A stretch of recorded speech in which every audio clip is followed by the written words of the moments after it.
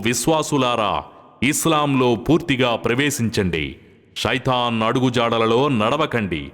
వాడు మీకు బద్ధ విరోధి. మీ వద్దకు స్పష్టమైన నిదర్శనాలు వచ్చిన తరువాత కూడా మీరు ఒకవేళ తప్పటడుగు వేస్తే అల్లాహ్ సర్వశక్తిమంతుడు, వివేక సంపన్నుడన్న సంగతిని బాగా గుర్తు చేసుకోండి. ఏమిటి?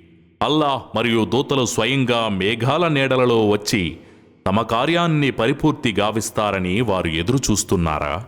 కార్యాలన్నీ అల్లాహ్ వైపుకే మరలించబడతాయి.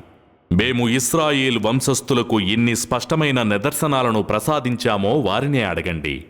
దైవ ప్రసాదితాలు తమ వద్దకు చేరిన తరువాత వాటిని తారుమారు చేసేవారు అల్లాహ్ కఠినమైన శిక్షలు విధించగలవాడన్న విషయాన్ని విస్మరించరాదు. అవిశ్వాసుల కొరకు ప్రాపంచిక జీవితం ఎంతో సుందరంగా, ఆకర్షణీయంగా మలచబడింది.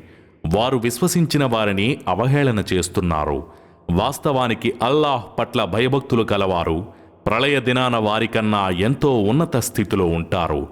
అల్లాహ్ తాను తలచిన వారికి లెక్కలేనంతగా ఉపాధిని అనుగ్రహిస్తాడు.